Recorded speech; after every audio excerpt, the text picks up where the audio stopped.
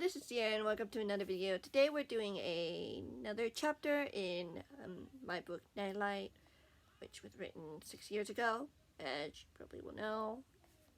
I definitely showed off this book before, briefly, but yeah, you could find it on Amazon if you want. But basically, if you haven't read the last part, the prologue, you kind of want to. Well, you don't have to, but it would be good to know. Like, it's hinting at what's to come, but it doesn't spoil anything for chapter 1. Not really. You just left with a mystery. An unresolved story. We're about to continue. As you can tell from the title of this video, this is going to be fun. The crush. Decades later. Decades. I got home early from school and walked into the kitchen, surprised to see that the light was off. I adjusted my vision for a minute and realized that Mom wasn't home yet. That's strange, I thought to myself. Mom should be home by now. Why would she be so late? My mind whirled as I turned on the light in the kitchen. Our kitchen was decorated in a summer theme. The tiled floor was tinted a beachy beige color with sky blue walls. I walked in, hearing nothing but the sound of my bag hitting the floor. The floor hadn't been mopped. My mind flew straight to this thought. Something was very wrong. Mom always mopped the floor on Fridays.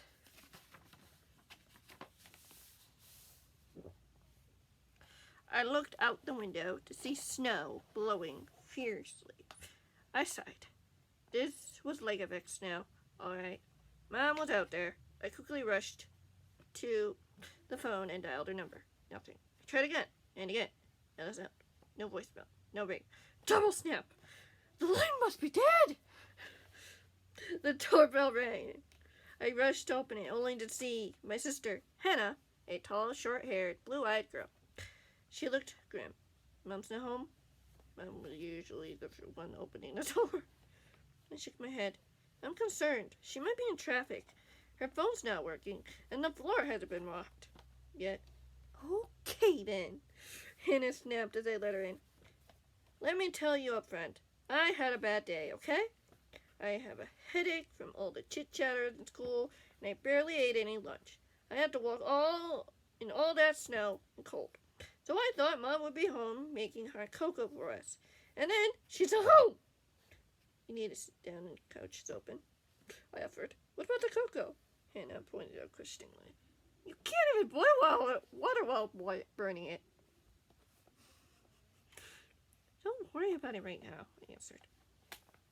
You can make it later, or wait until Mom gets home. You could check the weather if you'd like. Not too loud, okay? She groaned. Hannah often had headaches, especially on Super Bowl Sunday with the TV volume.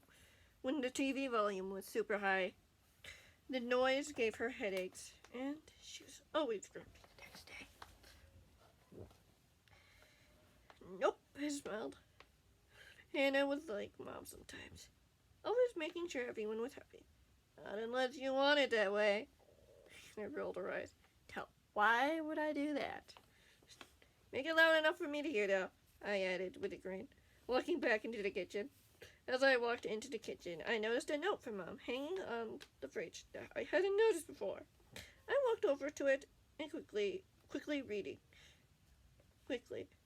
what she had left for the groceries at 2 and didn't plan to be back until 4. Dad would be home from work at about 5.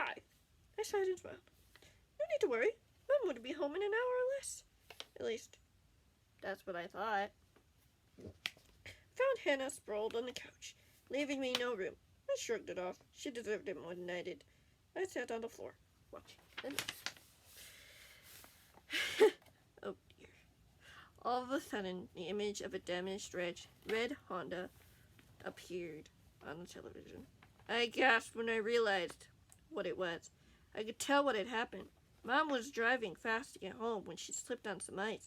Black ice. Her car had spun several times and crashed into a pole. Her car was wrecked beyond repair. The image showed the medics placing my mother in a stretcher, heading to the screaming ambulance. Hannah watched in shock. The scene ended. Hannah's voice shook as she digested the news. Oh, no, Mom, not now. We need to contact Dad. My dad can't get any more worse than this. She's crying. I got up to call Dad. Hello, who's this? My dad's voice came online. Dad, it's me, Ariana. Something bad has happened.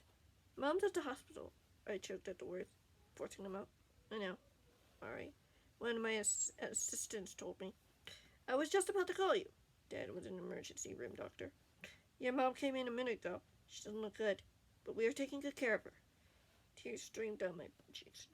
What's going to happen to us if she doesn't make it? Silent as a phone. Honey, I need to go now. I don't know the answers to any of those questions yet. Can we talk when I get home? Yes, I agreed. Love you, Ari. I'll see you soon. You too, Dad. Dad hung up as I put the phone back in its cradle. If only Mom could have said those words to us. Only if... I turned toward my room, only to hear the doorbell ring, followed by someone banging on the door. I ran to fetch it. A tall policeman was holding a white cockapoo puppy in his arms. Is this the King residence? Yes, I sighed. I'm very sorry about your mother's accident. She had this little beauty in the back of her car. I thought I'd take her to you. Do take her. She's a bit squirmy, and I don't know how long I can hold her. I took the squirmy puppy. Still surprised. She weighed only 5 pounds and had chocolate brown eyes. Thank you, sir, I declared. Your father asked me to stick around here until he got home. May I come in? Why, of course, I replied as the officer stepped in. He followed me as I led him to the kitchen. The officer introduced himself as Daniel. I put the puppy down, and it started to investigate as I found a bag of dog food hidden in the back of the cupboard. I filled a large bowl with kibble and another with water. I watched the puppy carefully to make sure she wasn't getting into trouble. As soon as I put the food down, the puppy charged after it. Officer Daniel laughed. Well, she's hungry. She sure is, smiled happily. Maybe life won't be so bad as it seems. Maybe Mom will be okay. We can live together and forget this mess. Maybe. Just maybe.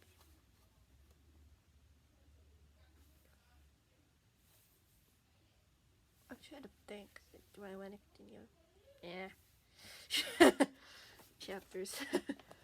I want to keep it as chapters, okay? Doing more than one. Yeah, why not? Chapter 3. No. Chapter 2, actually. You want to see something? I'll show you. See this? This is the author's copy. And originally it was... The chapter title was posted wrong. So I fixed it. Chapter 2, Snow.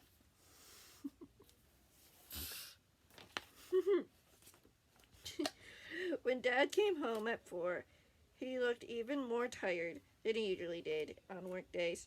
His deep blue eyes were extremely concerned when he entered the kitchen.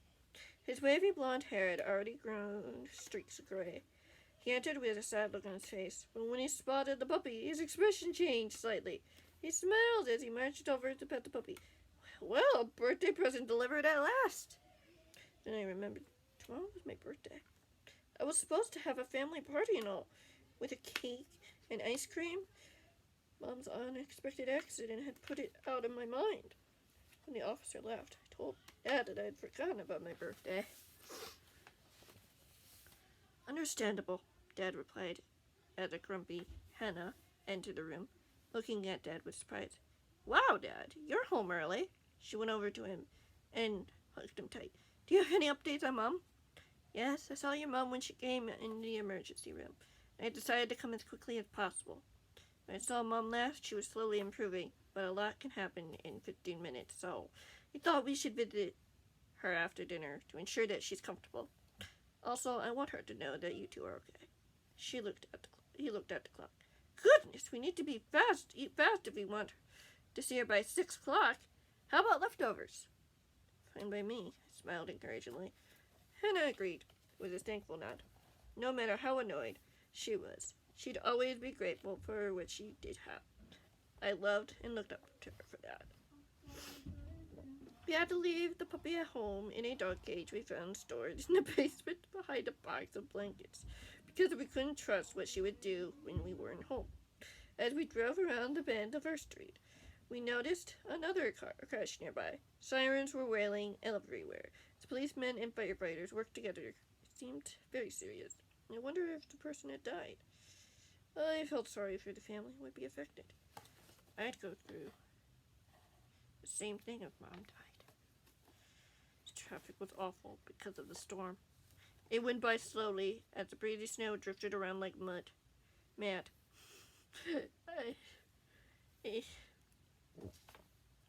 I was getting really annoyed when the horn behind us patiently honked for us to go forward. We really couldn't. My heart filled with relief as Dad finally got us to the hospital. Hannah looked tired as I was. "So we are ready?" "Yes," Dad responded with a cool expression as he parked the car. He directed us slowly towards the entrance after we left our warm car and merged into the hearted windy weather. As Dad led us towards the hospital, the wind pushing us back, I looked up to see an ambulance at the back of the building, its siren still wailing. We entered the lobby at 6:05 p.m. Dad checked us in and took us toward room 134. The bland walls of the hallways seemed to laugh at us, and my leg felt like lead. Tears formed in my eyes. It hurt to think of someone in pain, especially my own mother. The doctor came out of the room and called us over.